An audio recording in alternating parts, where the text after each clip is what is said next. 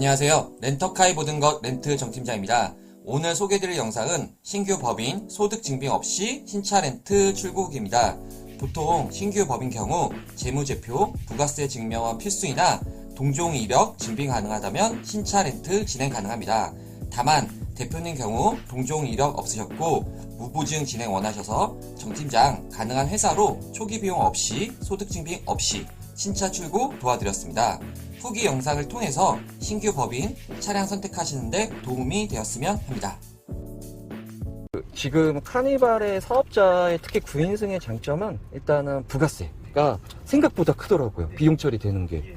네, 그래서 부가세 환급 대상이니까 부가세 비용 처리되고, 그 다음에 소득세 때도 이제 무시 못 하더라고요. 소득세 구간에서 이 차이가 되게 세밀한 차이가 엄청 세금이 왔다 갔다 하잖아요. 그래서 저는 사실 근데 할부나 현금차도 가능은 해요. 비용 처리가 안 되는 건 아니에요. 근데 아무래도 이게 매달 세금에서 발행해 주는 게 아니다 보니까 세금 처리할 때 힘들더라고요. 네, 맞아요. 예, 현금차나 이렇게 샀을 때 회사에서 뭐 어차피 당연히 사고는 안 나시겠지만 그래도 사고 났을 때 그런 신경 안 사후 처리도 이런 것도 진짜 편하고 할증이 많이 붙거든요. 예, 진짜 뭐 많게는 몇백씩 그냥 올라가니까. 예, 그리고 내가 소유한 차는 모두 게 다 보험료가 올라가요, 같이. 그렇죠. 예. 근데 이제 법인 같은 경우는 이제 불특정 다수가 운전할 수밖에 없잖아요. 그렇죠. 예, 그러다 보니까 그런 것도 신경 안 쓰셔도 되고. 더군다나 이제 카니발 같은 경우에는 중앙차선을 또 사용할 수 있으니까 6인 이상 그렇죠. 운전을 하면 예. 가장 큰 장점이죠. 대표님 같은 경우는 원래는 뭐 할부도 고민하시고 뭐 이러시다가 장기 렌트를 선택한 거는 비용 처리 때문에 그러신 네, 거예요? 아무래도 이제 비용적인 부분하고 네. 사용의 편안함이라던가 네네. 아무래도 좀 초기 비용이 없는 가운데서도 비용을 많이 받을 수 있는, 인정을 받을 수 있는 게 네네. 정말 큰 좀 메리트였다고 저는 생각을 합니다. 그러면 카니발을 선택한 거는 딱 어때? 뭐 사업적인 판단이었었어요? 아니면 그냥 개인적인? 약간 두 개가 혼합이 되었는데요. 네. 사업적으로도 비용을 떨굴 수 있는 부분과 네. 그리고 이제 개인적으로 제가 이제 자녀를 2명을 데리고 있어서 네. 이제 4인 가족인데 네. 이제 간혹가다 이제 부모님을 모시거나 네. 이럴 때 좀 기존에 이제 승합 차량으로는 제한이 좀 많이 크더라고요. 그게 이제 두 가지가 좀 약간 혼합이 되어가지고 네. 카니발을 좀 선택하게 되었습니다. 그러면 진행하면서 사실 신규 사업자여서 저희가 몇 군데 하다가 처음에 초기 비용이 필요하거나 아니면 진행이 안 되거나 했잖아요. 맞아요. 그래서 렌탈료가 사실 조금 한 3, 4만 원 정도 올라가긴 했지만 어쨌든 무담보로 무보증으로 나왔는데 대표님이 신용이 좋아서 그런 거예요. 네. 대표님이 신용이 안 좋으면 네. 사실 신규 그 법인은 거의 힘들어요. 그렇죠. 아무래도 네. 결산이라던가 이런 것들이 수치가 많이 없으니까. 네. 그래서 사실 뭐 워낙 신용이 좋으셨으니까 그래서 많이 문의가 신규 사업자 대표 그 법인들이 진짜 문의가 많이 들어오는데 딴 데에서 거절을 많이 당해요. 그래서 조금은 아쉽다면 사실 계속 말씀드린 원래 렌탈료가 더 저렴하게 해드리고 싶었는데 예. 근데 이제 비용 처리 면을 생각하시면 네, 맞습니다. 좀 이해 부탁드리겠습니다. 딱 1시간 운전해 보셨잖아요. 네. 네. 어때요 느낌이? 너무 좋네요. 그 운전 일단 하시는 거에 좀 어려움은 있죠. 아무래도 차가 커서. 네, 차가 좀 크긴 한데 그래도 SUV가 네. 이게 차고가 높아서 네. 위에서 보니까 시야가 좀 약간 개방이 되는 건 좀 약간 좋은 것 같습니다. 그러면 가솔린. 저는 궁금했다. 디젤을 왜 안 하시고 가솔린 했어요?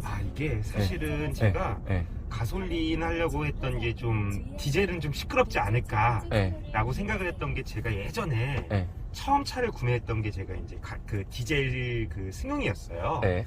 물론 좀 오래된 차였죠. 네. 근데 이제 그 소음이라던가 풍절음 네. 약간 이런 거 부분 때문에 무조건 나는 엔진은 가솔린으로 하겠다라고 생각을 했던 게 네. 전속성 약간 그런 거를 좀 약간 제가 좀 크게 생각했던 것 같습니다.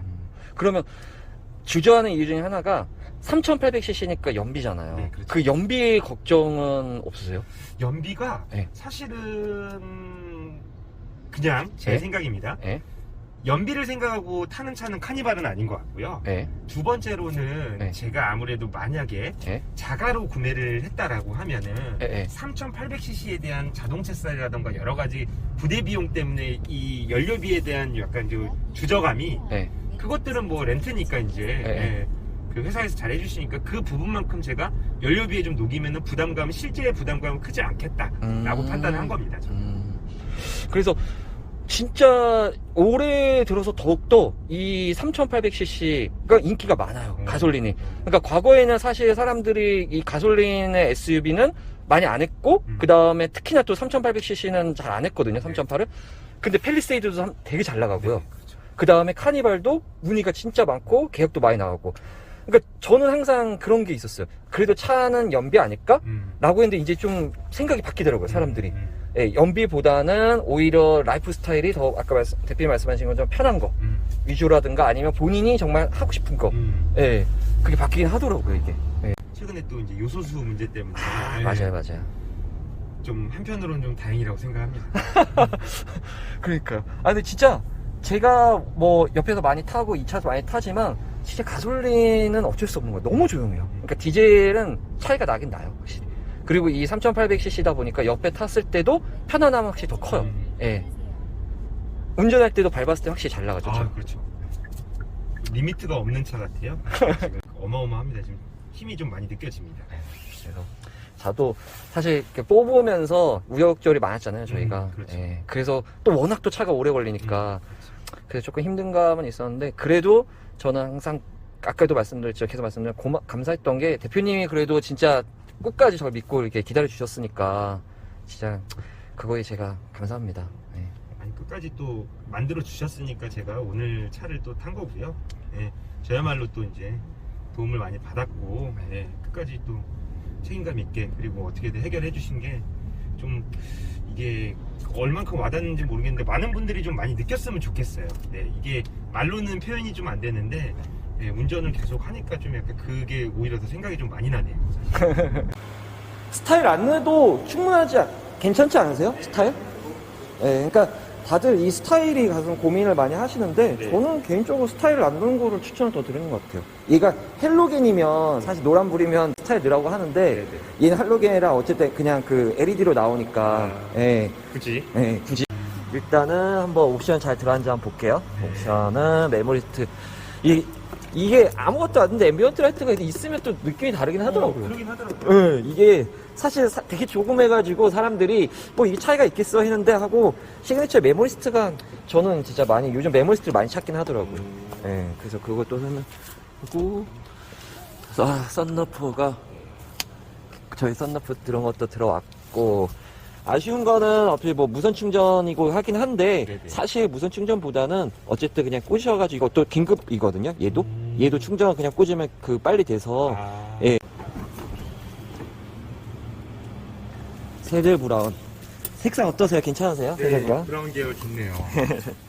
새들 브라운 이제 다이얼이잖아요. 네네. 그래서 어느 구간에 있든 피면으로 파킹이 되시는데 사실 처음에는 어색한데 뭐 습관 되시면 오히려 이게 더 편하다고 말씀 많이 하더라고요. 그래서 다이얼로 그 조작하시면 될 것 같고 그 다음에 드라이브 모드 이게 스포츠 스마트 이렇게 있으신데 대표님 같은 경우는 네. 스포츠로 하시면 확 달라질 거예요. 네. 예, 아무래도 3800cc니까 예, CC가 깡패라고 아마 고속도로 밟아보시면 이게 진짜 잘 나가나 느끼실 거예요. 그래서 스포츠 모드. 근데 평소에는 그냥 스마트 모드로 저는 많이 타거든요. 추천드리고. 어차피 얘가 ECU가 조율하면서 타는 거니까. 그래서 그냥 평소에는 예, 스마트 모드 하면 됐고. 토홀드가 초록색으로 변했잖아요. 이 상태에서 그냥 브레이크를 떼셔도 돼요.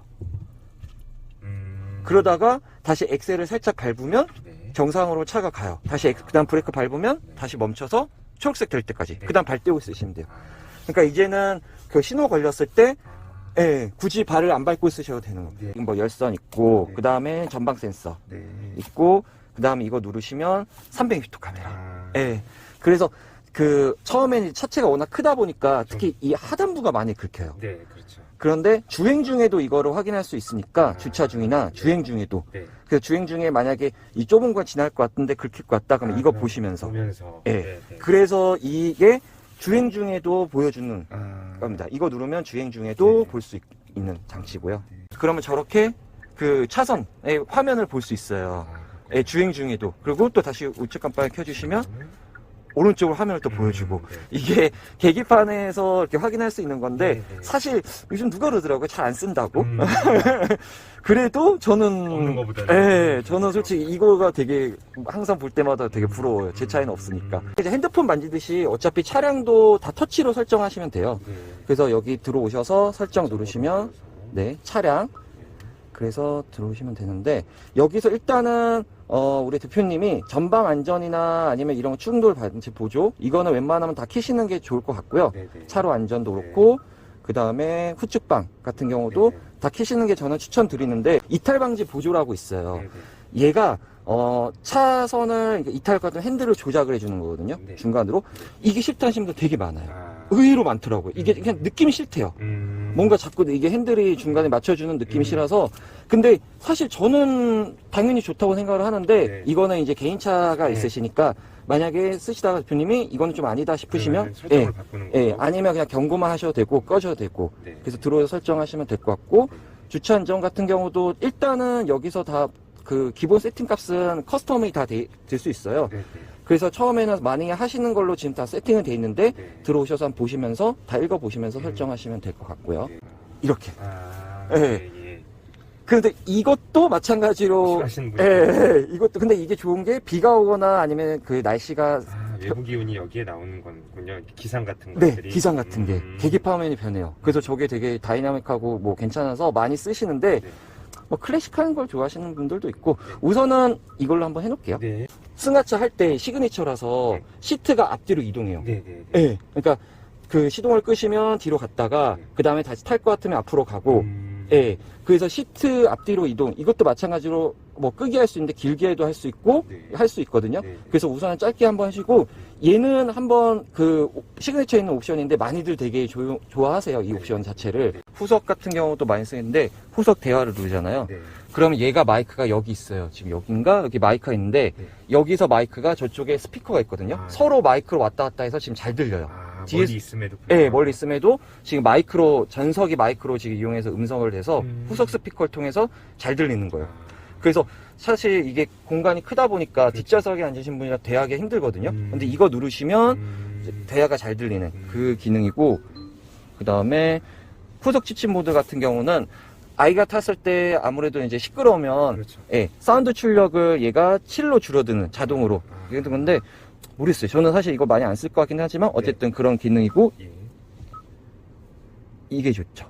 후석 공조. 그러니까 여기서 뒷좌석의 공조도 지금 프로 오토 에어컨에서 여기도 따로 그 개별 에어컨이 있거든요. 네네. 그때 대표님 말씀은 에어벤트가 있냐고 네네네. 그 물어보셨잖아요. 네네. 근데 에어벤트가 따로 있어요. 아, 근데 여기서 그 온도를 다 조절을 했었어요. 조절을 네, 할수 뒷좌석, 있으니까. 후석을. 뒤에 애기들이 있으니까. 네, 애기들 있어서. 그래서 이것도 후석 열선 여기서 다 조율 가능하고 네, 이것도 좋습니다. 집에서 나오기 전에 내 차를 전송을 누르 놓으시면 네. 그 다음에 그 차를 딱 타시면 지금은 이렇게 목적지 아. 설정이 나올 거예요. 네, 네. 그럼 이것만 누르시고 바로 이용하시면 돼요. 아. 그래서 요즘은 송풍구가 작게 나오는 이유가 네. 거치대 쓸 이유가 진짜 없어요. 제가 아. 봐도. 예, 이게 너무 좀 이따가 한번 저희 가면서 쓰겠지만 네. 정말 내비가 잘 돼 있고 오. 그 다음에 실시간 내비이기 때문에 막히는 구간도 얘네가 더 잘 돌려주더라고요. 네. 그래서 카카오 기반이어가지고 네. 제가 봤을 때는 지금 티맵보다 저는 이게 더 많이 쓰게 돼요. 오. 요즘 새로 나온 지금 2022 모델 레인 센서가 지금 장착이 됐어요. 레인 센서. 기존에 레인 센서도 없었거든요. 네네. 오토가. 네. 그래서 오토가 안 돼서 됐었는데 지금은 오토로 해놓으시면 레인 센서가 자동으로 아. 예, 그것도 바뀝니다. 오. 예, 그게 없었어요. 레인 센서가 없었어요. 이 기능이 없었어요. 네. 예, 그래서 지금 그것도 생긴 거고. 맞아요. 이게 눈이 안 가더라고요. 예, 안 가서 그렇지. 이거 보시면 이것도 그래서 뭐 당연히 물론 저 사이드로 다 보이긴 하는데 습관되면 저는 이거 없으면 불편하더라고요. 와닿지가 않구나. 네.